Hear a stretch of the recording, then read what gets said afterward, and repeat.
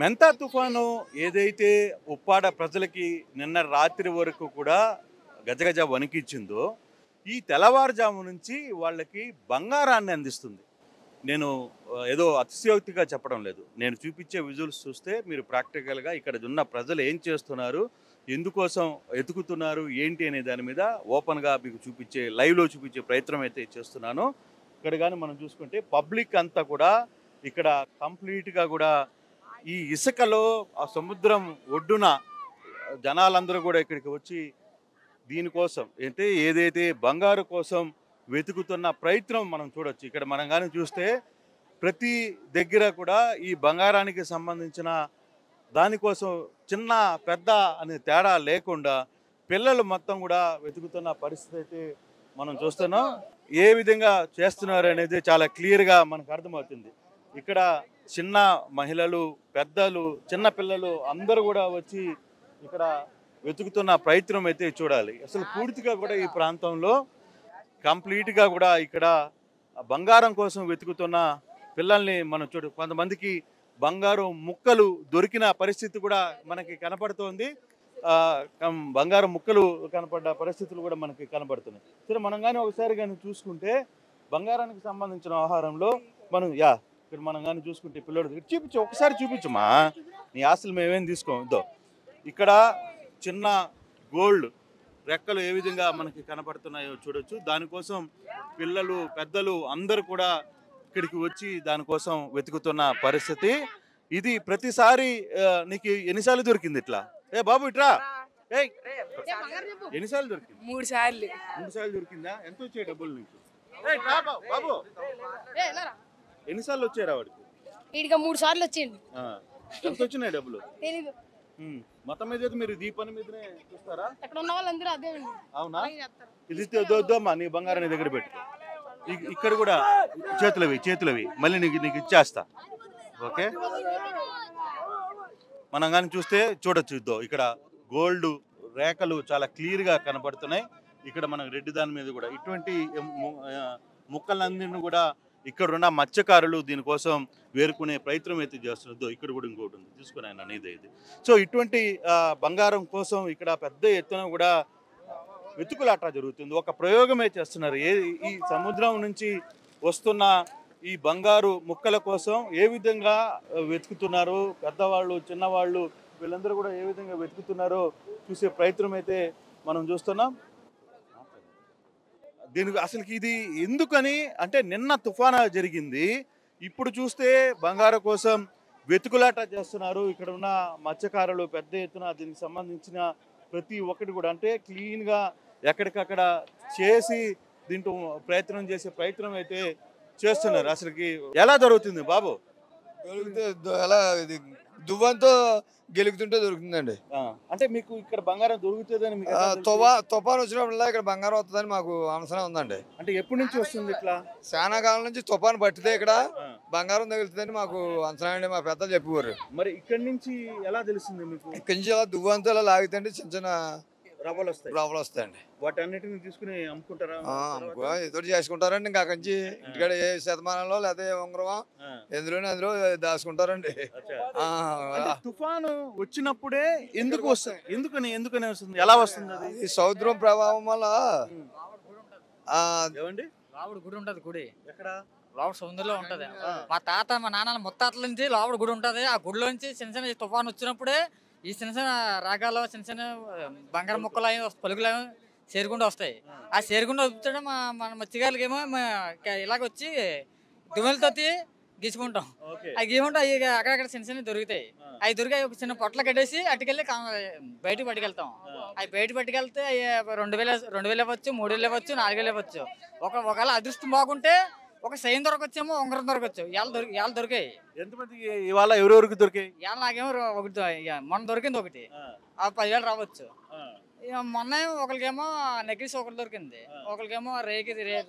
ఇవన్నీ లోపల సముద్రంలో ఉన్న దేవాలయం దేవుడు మీకు ఇస్తున్నాడని అనుకుంటున్నారా? లేకపోతే అంటే అట్లా ఏం లేదు. మామూలుగా లోపల తుఫాను చేసినప్పుడు వస్తాయి. ఇక అంత మంచి మనకు తెలీదు. అంటే మనం పుట్టిన వాళ్ళ మా తాత చెప్పేవాడు అంతే. తురకలు నువ్వురు అంట, ఇక్కడ అంతా తురకలు నువ్వురు అంట. అంటే తురక అంటే బంగారం అమ్ముతారు కదా, వాళ్ళు నువ్వురు అంట. వాళ్ళది సమస్య ఇది, వాళ్ళది వాళ్ళది భూమా, వాళ్ళదైతే ఇక మనకు తెలీదు, అంతవరకు తెలుసు. ఎక్కడ మొండి జగ్గం గుడి ఉందండి. ఓకే. ఆ జగ్గం గుడి ప్రభావం వల్ల ఇక్కడ ఈ ఉత్పత్తి బాగా ప్రసారం అవుతుంది. అంటే ప్రతి తుఫాన్ వచ్చిన రోజు అప్పుడల్లా ఇక్కడ ఈ సన్నివేశాలు జరుగుతాయండి. ఓకే. మాకు మీకు ఆ ఆసక్తి ఉంది. నమ్మకం. ఆ నమ్మకం ఇది ఎప్పటి నుంచి జరుగుతుంది, ఏ విధంగా జరుగుతుంది?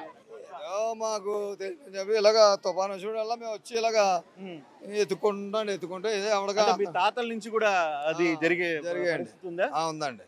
మీ తాతలకి, మీ ఫాదర్ అందరికి వాళ్ళలో ఇలాగ ఉందని మొండి జగ్గం గుడి దగ్గరికి నుంచి వస్తాయి అబ్బాయి అని చెప్పేవారు కుర్రోళ్ళకి. చెప్తే అనుకున్న వాళ్ళు తుఫాన్ అట్టిందంటే ఇలాగ కొంత క్వశ్చన్ వెళ్తుంటే ఎవరి కాసి తగ్గట్టు ఎవరి దశ నిజంగానే దొరుకుతున్నాయి కదా. చూచు అదే నీకు నీ చేతికి దొరికిందా? ఇక్కడ చూడొచ్చు. ఈ అబ్బాయి వేలికి ఏ విధంగా బంగారు రేకు దొరికిందో మనం క్లియర్ గా మనం చూసే ప్రయత్నం అయితే చేస్తున్నాం. ఇక్కడ ఈ రెండింటిని సో ఈ రెండింటిని జాగ్రత్తగా మీరు తీసుకెళ్ళి అమ్ముకుంటారా? అని అన్ని కలిపి, అంటే అంత చిన్న దానికి పెద్దగా రావుగా. ఏమ్మా మీరు కూడా ఇట్రండి రామ్మా. సో ఇట్లా మహిళలు కావచ్చు, పెద్దలు కావచ్చు, వీళ్ళందరూ కూడా ఇక్కడ చాలా సీరియస్గా ఈ పని అయితే చేస్తున్నారు. మనం వాళ్ళతో మాట్లాడే ప్రయత్నం కూడా చేద్దాం. అమ్మా అట్లా అదేలేమ్మా, ఏంటి సరదాగా ఆడుతున్నాం అంతే అండి, ఏం దొరుకుతుందని చేస్తున్నాం. మీకు ఎప్పటి నుంచి అలవాటు ఇది? ఎప్పటి నుంచి అంటే మా ఇవాళ వచ్చామని మీకు పెద్దలు ఏమన్నా చెప్పేవాళ్ళ ఇక్కడ? ఏమి చెప్పలేదు, మీకేం చెప్పలేదు? మాకేం తెలియదు అండి. మరి ఈ రోజు ఎందుకు వచ్చి చేస్తున్నారు? మరి ఈ రోజు అందరూ సరదాగా వచ్చారని మేము సరదాగా వచ్చేలా అవుతున్నాం అంతే. కానీ మీ వాళ్ళు మా తాతల దగ్గర నుంచి కూడా చేస్తున్నామని చెప్పి చెప్తున్నారు కదా. ఏమైతే నాకు తెలియదు అండి. మీకు తెలియదు.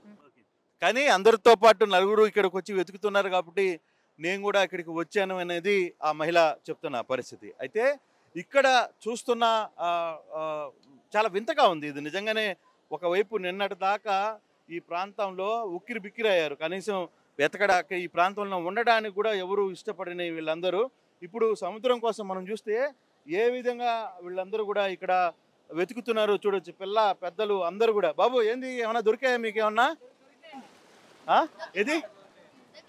ఓ నీకు కూడా దొరికిందా? ఇట్లా ఈ అబ్బాయి కూడా దొరికిన పరిస్థితి అయితే ఉన్నాయి. ఇదో చూపించమ్మా. ఇట్లా అంటే తక్కువ దొరికినాయి నీకు. మరి నువ్వు ఎందుకు దాన్ని ఇవంతా కూడా లాగుతున్నావు? వస్తాయండి.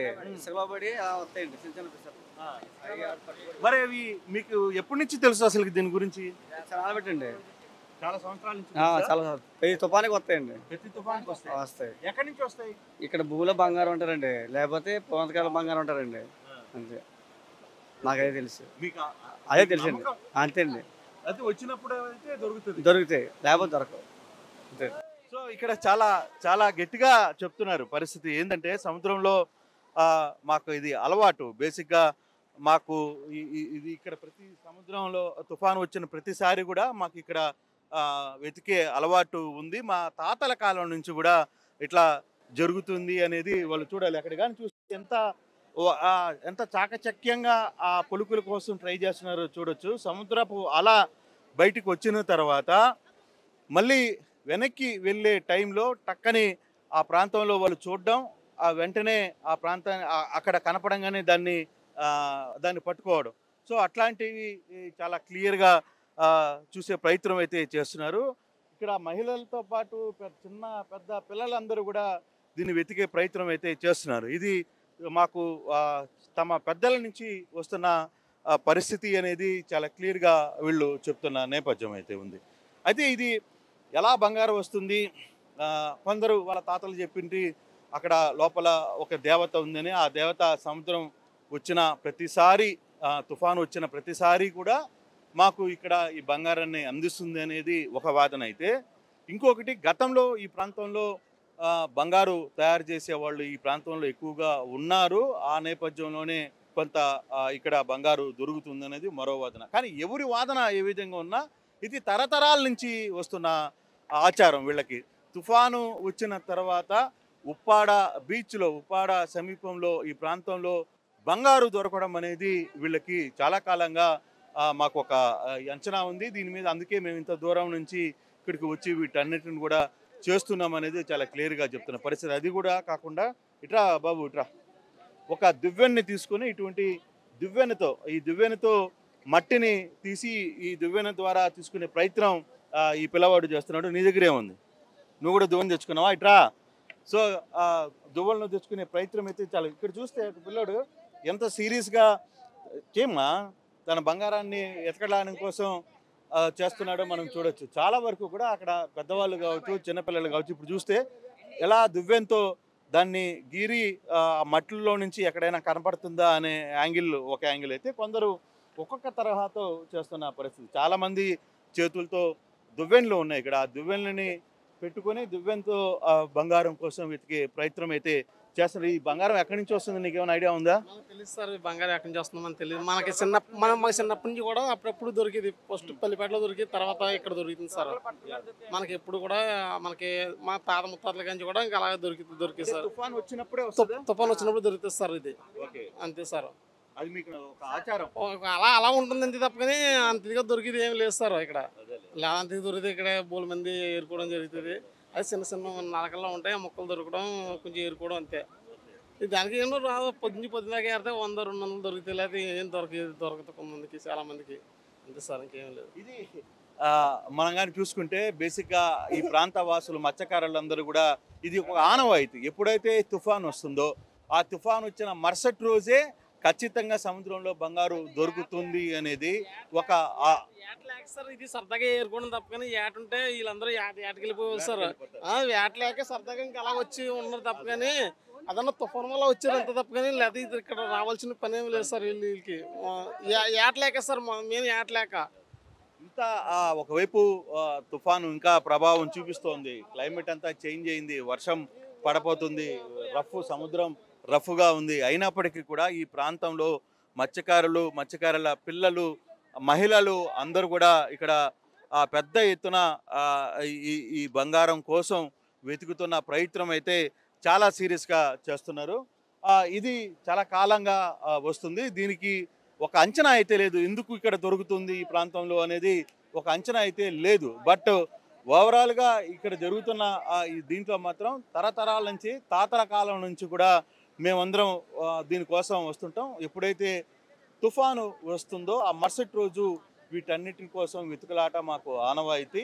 అయితే కొందరు మత్స్యకారులు చెప్పడం సముద్రంలోకి పోలేకపోయాము ఆ వారం రోజుల నుంచి. ఇక్కడికి వచ్చిన పని చేసుకుంటే దీంట్లో కొంత చిన్న గ్రాములు దొరికితే అది అమ్ముకుంటే 1000-2000 రూపాయలు డబ్బులు వస్తాయి. దాని కొంత ప్రయత్నం అయితే చేస్తున్నారు అనేది ఇక్కడ జరుగుతున్న పరిస్థితి. కానీ ఓవరాల్గా ఒక ఇంట్రెస్టింగ్ వ్యవహారం అయితే ఇక్కడ కనపడుతుంది. ఈ ఉప్పాడ మత్స్యకారుల్లో ఒక తాతల కాలం నుంచి ఒక ఆనవాయితీగా దీన్ని ఎత్తుకులాట చేస్తున్న పరిస్థితి అయితే మనం చూస్తున్నాం.